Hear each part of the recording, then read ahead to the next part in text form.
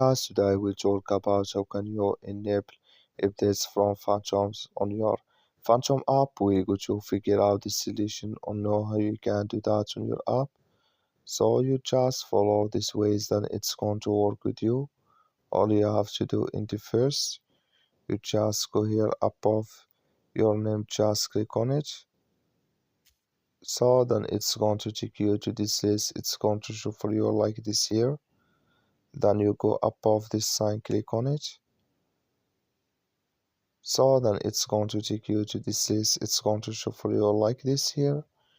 You click here on preferences, just click on it. So then you click here on notifications. Then you click here on updates from Phantom. Here clicking this sign, like you see this color show for us, that's mean here updates from Phantom enabled with us now.